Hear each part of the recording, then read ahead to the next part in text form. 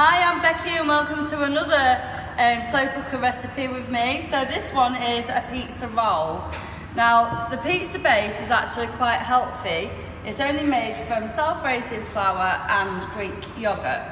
So I'm just going to show you how to do it. I have done some already in here just to show you how it's done. Now you can use grease-proof paper in this.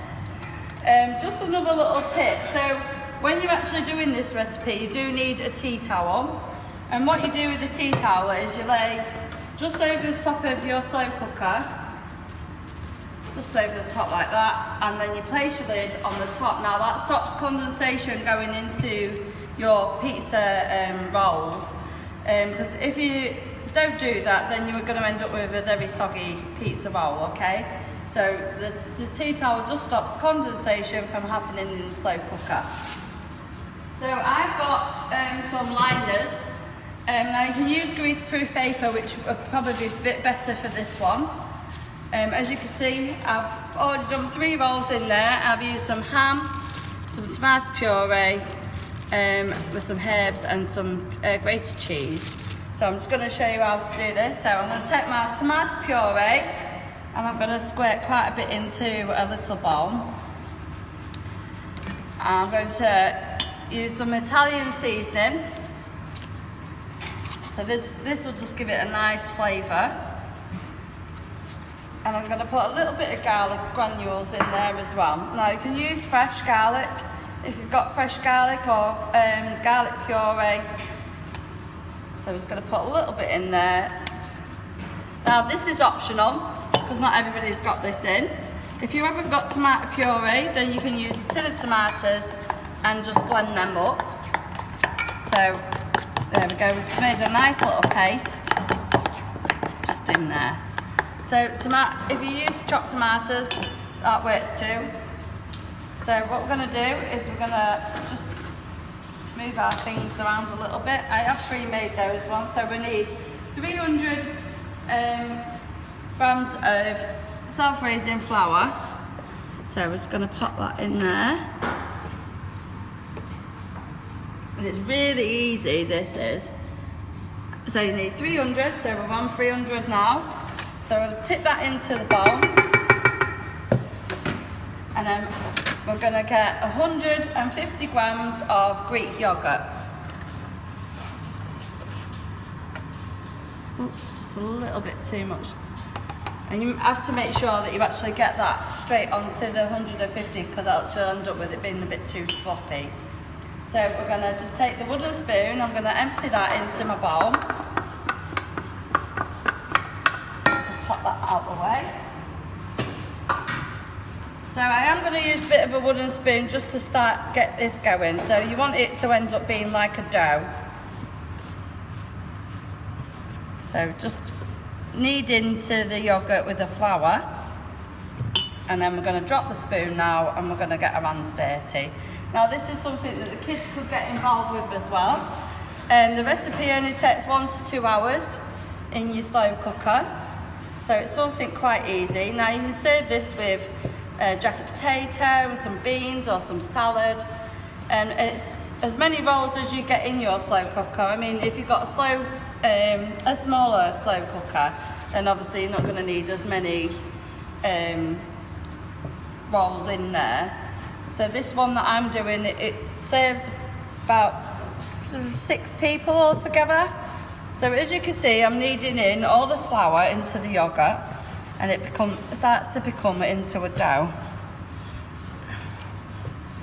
Bit of a workout as well. Using self-raising flour, it will rise a little bit and puff out, so it's not going to be flat. So I'm just going to pop that last little bit on there. Like that.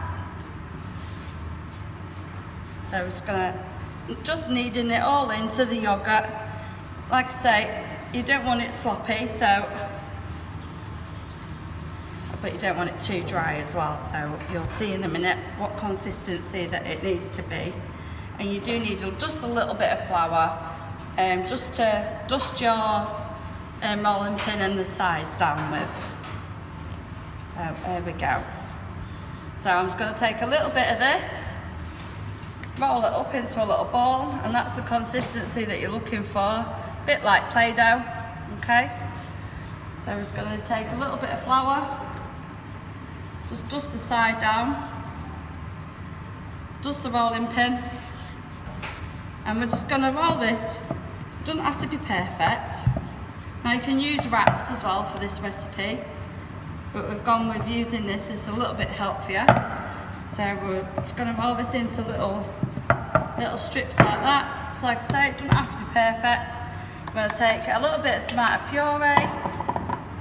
We're going to use the back of the spoon, and that helps the spread. I'm just going to spread that onto the pizza base. And we're going to take a little bit of ham, pop that in the middle. Plenty of cheese. Now you can use a light cheese, so it's even healthier for you. And then we're just going to literally just roll this up, and what happens, it ends up being like that. So then you just pop that straight into the bottom of the slow cooker, and it ends up being like that. So we're going to just do another couple. So I'm just going to roll this out with cheese, just into a nice little, I'd say like a pear drop shape.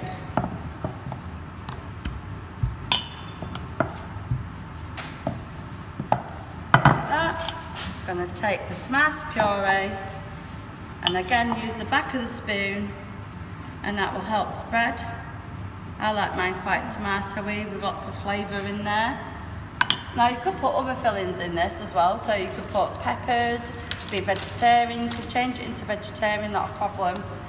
Put some onions in there. But for this one I'm going to use some ham and cheese. Kids always love ham and cheese. Oops. Just pop that in there out the way. So pop the ham on, a handful of grated cheese, and then literally just roll that up, just like that, and on the top. So once this comes out, it actually sticks together in your slow cooker. Now you can double up this recipe, because I've got a large slow cooker here, and double up on the ingredients will make it bigger. If you put grated cheese on the top and use a little beaten egg with a little bit of milk just on the top, and that'll give it a nice glaze. And like I said before, if you use a tea towel and your lid just over the top, stops the condensation of when you turn it on. Pop your lid on, just like that. Don't worry, it's not going to burn anything or set fire to anything. If you just fold it over the top, and like I say, it stops that condensation going into your pizza dough and stops it being sloppy. So that's another recipe from me, and I hope to see you all again soon. Thanks for watching, guys.